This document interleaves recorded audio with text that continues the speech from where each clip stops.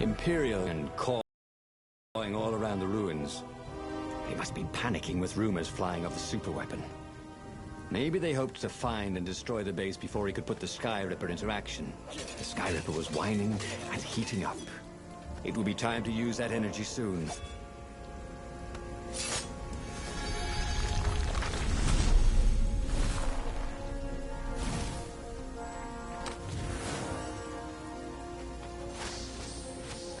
This chest was really horrible. Get it?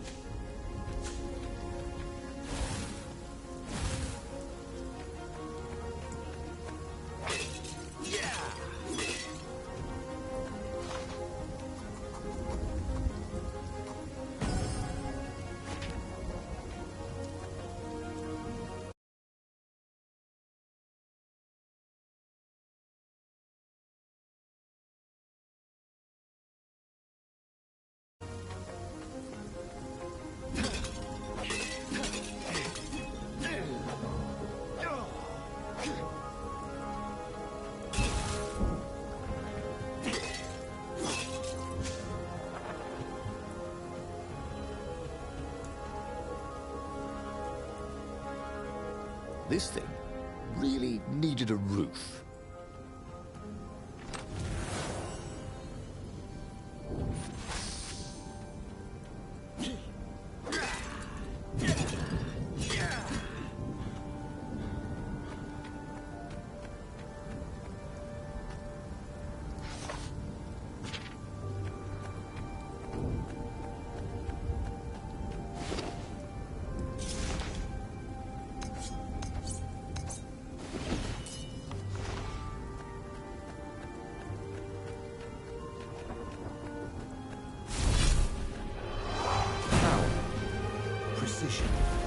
Ferocity.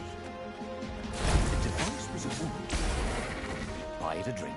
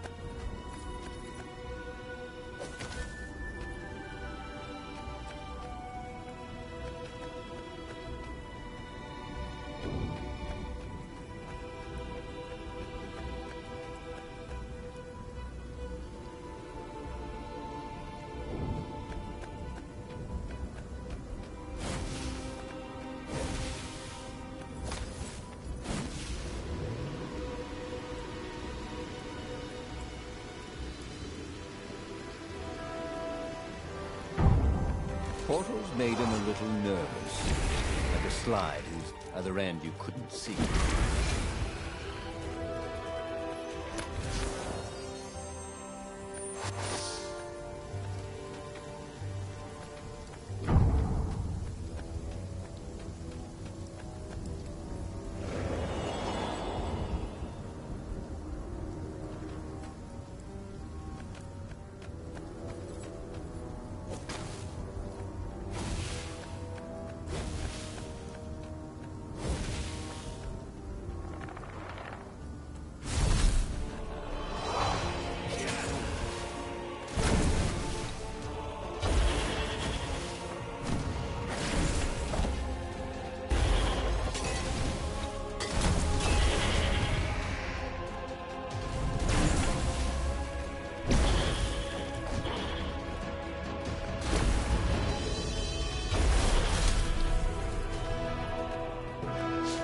What was Zenobia talking about? This was a fantastic weapon.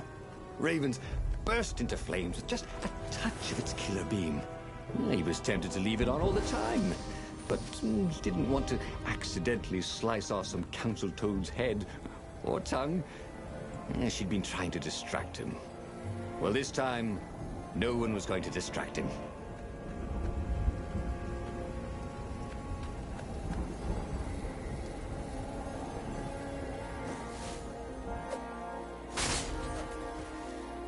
Hey, why don't you guys fight in groups? Oh, I know. Because there's no I in team.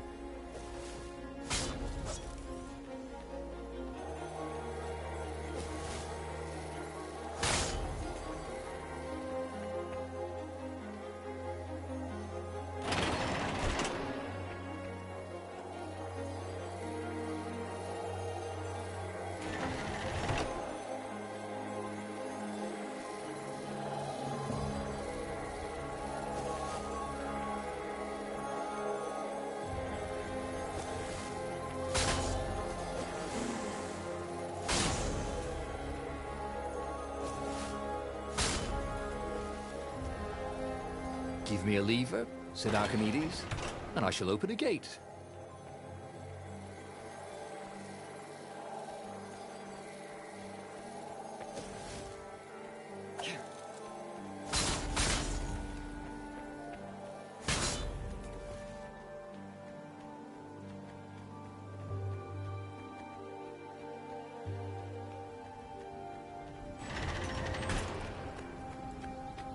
The long stairs.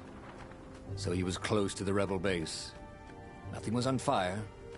So far, so good.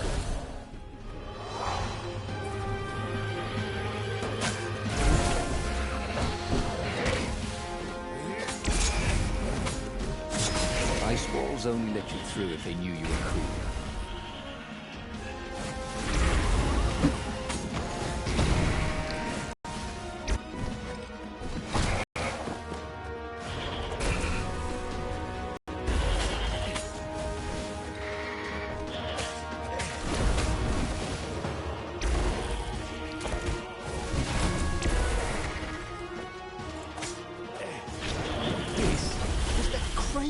Weapon he'd ever used. Or not used.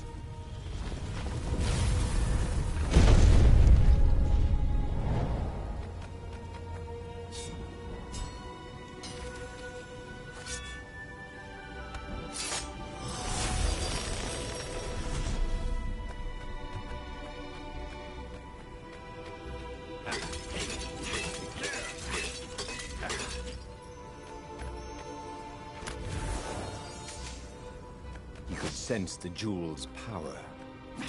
He had a feeling they were going to be great friends.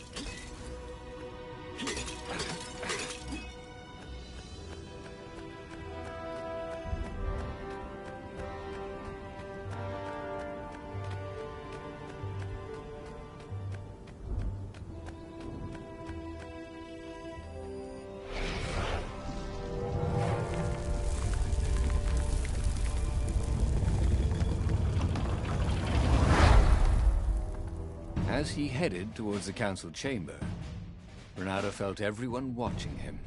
"You've saved the rebellion," said the council speaker.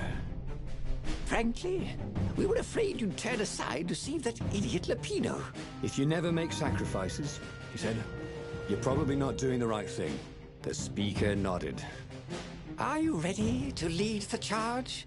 "Let's roll," he said, with grim satisfaction. Bernardo set sail for the fleet. The Sky Ripper had lost its wine.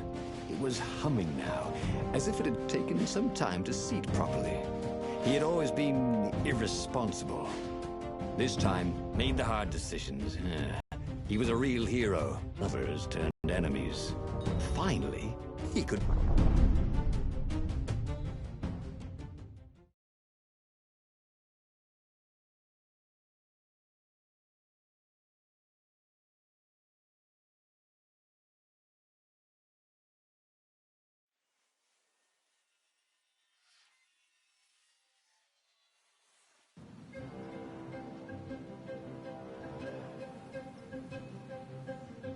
He was ready.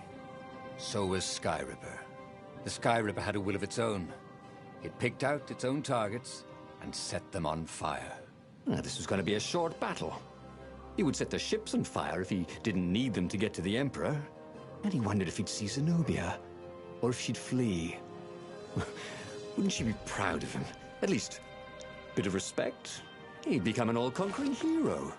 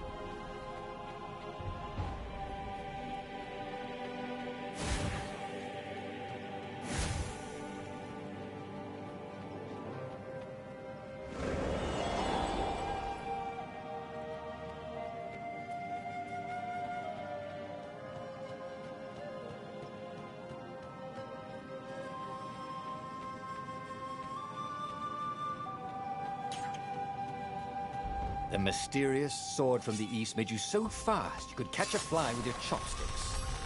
If that's what you really wanted.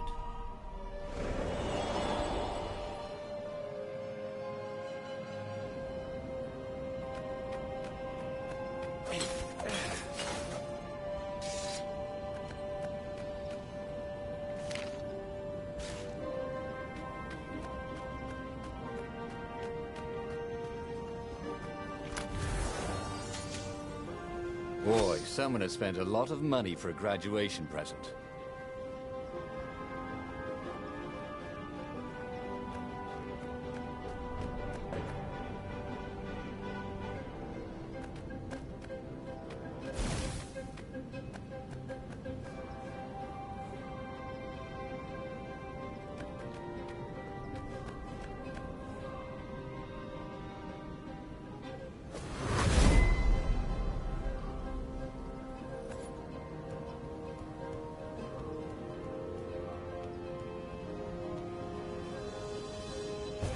What else could you hook?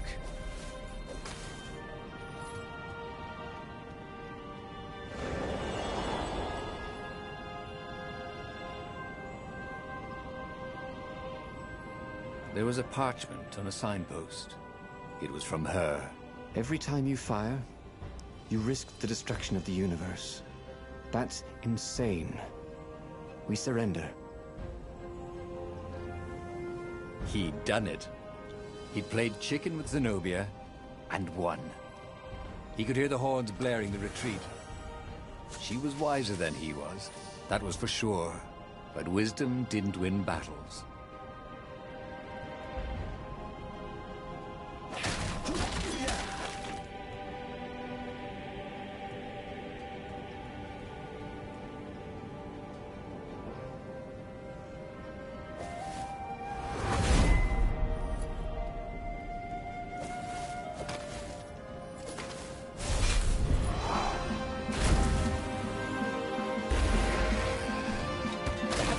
Something useful in these things, didn't there?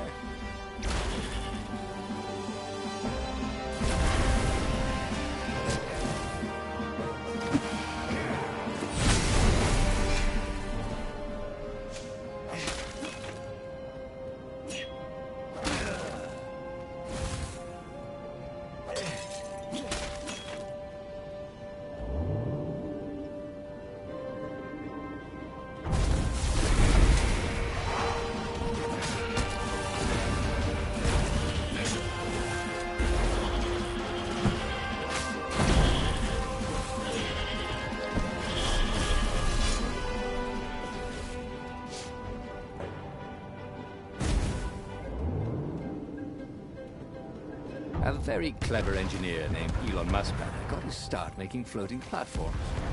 Not many people knew that.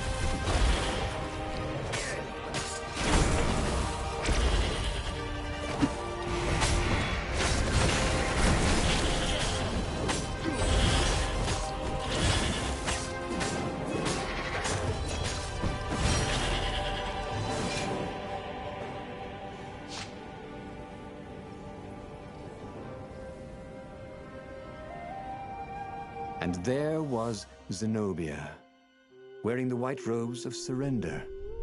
She came and kneeled before him. Why didn't you listen to me? I was trying to save you too. You're the enemy, he said.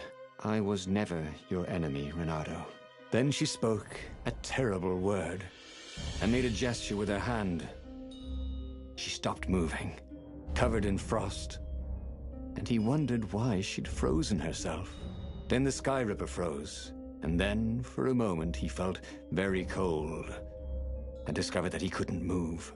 The next thing he knew, the sun was a giant, monstrously red. It took up half the sky, and he was in a parched red desert. And then he was on fire. And just like that, he was alive again, and back on the Farfarer, still fleeing burning Ubar. The book was still open before him. So, the book was a portal. It took you to the future, when your destinies would branch. He had failed and died 3 times, but he'd learned another true thing. Zenobia still had feelings for him.